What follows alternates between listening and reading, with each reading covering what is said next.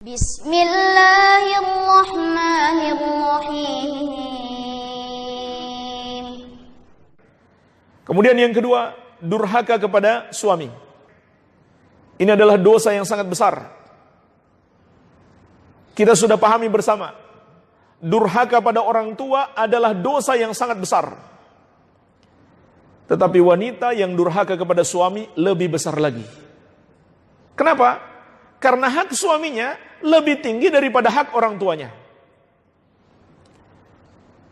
Oleh karena itu Rasulullah SAW memberi peringatan keras dari apa yang telah beliau saksikan, yang diperlihatkan kepada beliau. Dalam hadis yang diriwayatkan Al-Bukhari dan Muslim dari Imran bin Husain dan Ibnu Abbas radhiyallahu anhuma, Rasulullah SAW bersabda, "Ittala'tu fil jannah, fara'aitu aktsara ahliha al-fuqara." Aku melihat ke surga, maka aku dapati kebanyakan penghuninya adalah orang-orang fakir, orang-orang miskin. Wattala'tu finnar, fara'aitu aktsara ahliha an-nisa. Dan aku pun melihat ke neraka, maka aku dapati kebanyakan penghuninya adalah kaum wanita. Inilah jemaah sekalian, sebuah hadis yang memberi peringatan keras kepada kaum wanita. Kebanyakan penghuni neraka adalah kaum wanita. Dalam riwayat yang lain, Rasulullah SAW bersabda, "Uritun nar, fa idza aktsaru ahliha an-nisa yakfurna."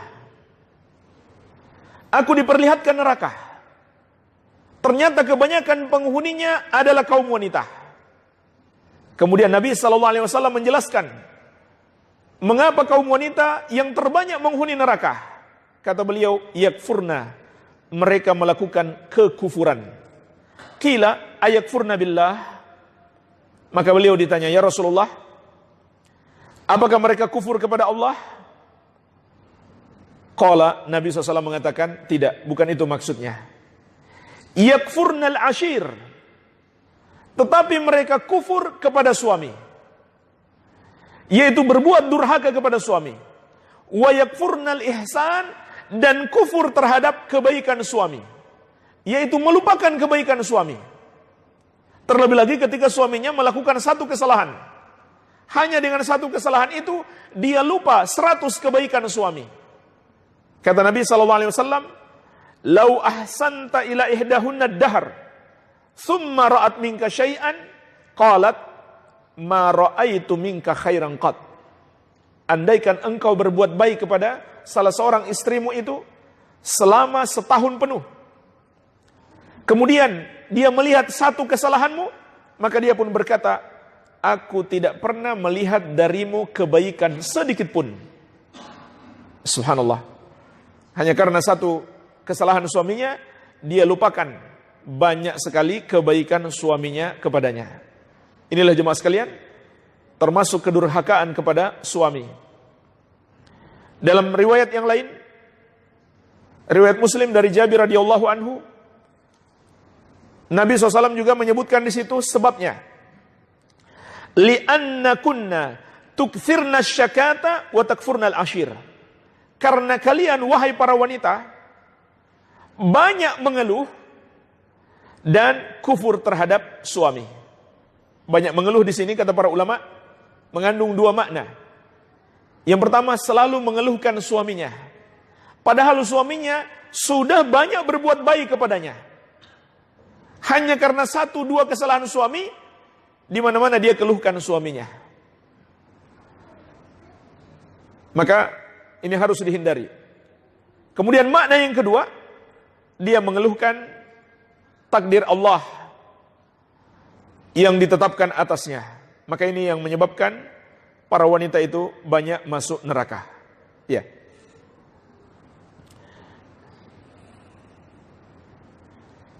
Dan termasuk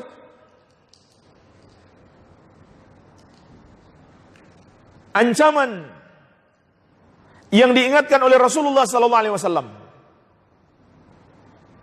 untuk wanita yang durhaka kepada suami. Dan durhaka itu mencakup semua perbuatan buruk. Semua perbuatan buruk seorang istri kepada suami itu disebut kedurhakaan. Atau semua perintah dan keinginan suami yang tidak mau ditunaikan oleh istri, maka itu adalah kedurhakaan. Kecuali kalau suaminya menginginkan istrinya atau menyuruh istrinya melakukan maksiat kepada Allah, maka tidak boleh dia taat kepada suami. Itu bukan kedurhakaan. Kalau dia menentang suaminya yang menginginkan dia untuk melakukan dosa. Karena Nabi SAW telah menegaskan, la ta'ata li makhlukin fi maksiatil khaliq. Tidak boleh taat kepada makhluk dalam bermaksiat kepada Allah Sang Pencipta. Tetapi kalau suami menginginkan dia melakukan atau memerintahkan seorang istri melakukan apa saja yang tidak bertentangan dengan syariat, wajib baginya untuk selalu taat selama dia mampu melakukannya. Kalau dia tidak taat, maka itu termasuk kedurhakaan. Dalam hadis yang diriwayatkan Imam At-Tabarani dari Ibnu Umar radhiyallahu anhuma, Rasulullah sallallahu alaihi wasallam mengingatkan, "Ithnani la tujawizu salatuhuma ru'usahuma." Ada dua orang yang solatnya tidak melampaui kepala mereka. Maksudnya solat mereka tertahan, belum diterima oleh Allah Azza wa Jalla. Yang pertama, abdun abik min mawalihi hatta yarja' ilaihim. Seorang hamba atau seorang budak yang melarikan diri dari tuannya sampai dia kembali kepada mereka. Wa mra'atun asad zaujaha hatta tarji'ah. Yang kedua, seorang wanita yang menentang suaminya sampai dia kembali bertobat. Maka solatnya tertahan, tidak diterima oleh Allah Azza wa Jalla. Jadi ini juga peringatan keras bagi para wanita. Termasuk kedurhakaan istri kepada suami, tidak mau mendatangi suami ketika suami mengajaknya ke ranjangnya. Maksudnya untuk berhubungan badan. Sebagaimana dalam hadis Abu Hurairah radhiyallahu anhu yang diriwayatkan Al-Bukhari dan Muslim.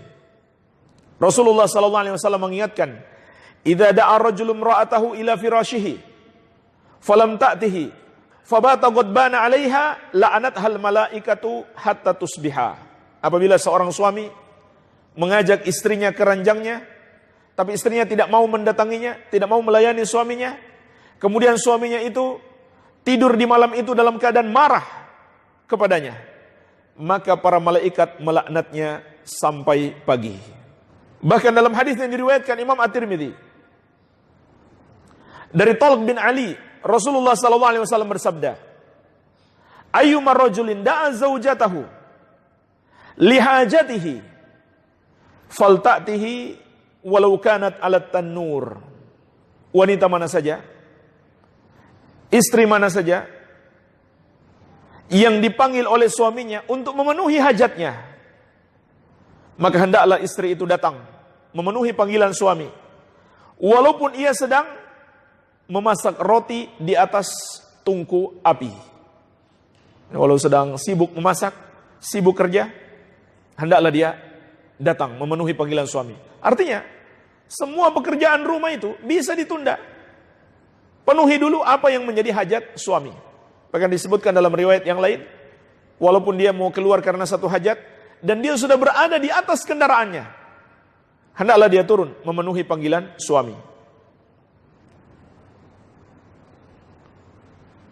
Kemudian juga dalam hadis yang diriwayatkan Imam At-Tirmidzi dari Mu'adz bin Jabal radhiyallahu anhu, Rasulullah sallallahu alaihi wasallam mengingatkan, "La tu'dhi imra'atun zawjaha fid dunya." Tidaklah seorang istri menyakiti suaminya di dunia. Illa qalat zaujatuhu minal huril ain. Kecuali istrinya dari kalangan bidadari akan berdoa kepada Allah. Kalau dia calon penghuni surga, maka Allah sudah siapkan istrinya dari kalangan bidadari.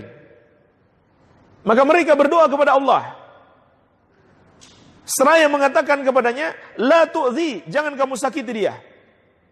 "Qatalakillah," semoga Allah memerangimu. "Fa innama huwa indaki dakhil yushiku ayufariqaki ilaina." Sesungguhnya suamimu itu hanya sementara bersamamu, tidak lama lagi dia akan meninggalkanmu menuju kepada kami. Jadi ini doa para bidadari. ketika istrinya di dunia menyakiti dia. Jemaah sekalian, untuk melakukan puasa sunnah sekalipun, seorang istri harus minta izin kepada suaminya. Karena jangan sampai suaminya punya hajat kepadanya. Sebagaimana dalam hadis yang diriwayatkan Al-Bukhari dan Muslim dari Abu Hurairah radhiyallahu anhu, Rasulullah sallallahu alaihi wasallam bersabda, "La yahillu limra'atin an tasuma wa zawjuha syahidun illa biiznih." Tidak halal bagi seorang wanita melakukan puasa dalam keadaan suaminya sedang ada di rumah kecuali dengan izin suaminya. Tapi maksudnya di sini adalah puasa sunnah. Kalau puasa Ramadan, puasa wajib, tidak harus minta izin kepada suami. Bahkan kalau suami melarang, maka dia berdosa besar, nggak boleh ditaati. Kemudian lanjutan hadis, wala ta'zan fi baitihi illa biiznih. Dan tidak boleh dia mengizinkan seorang pun masuk ke rumahnya. Tidak boleh seorang istri mengizinkan seorang pun masuk ke rumah suami tanpa izin darinya. Baik. Inilah jemaah sekalian, dosa besar kaum wanita durhaka kepada suami.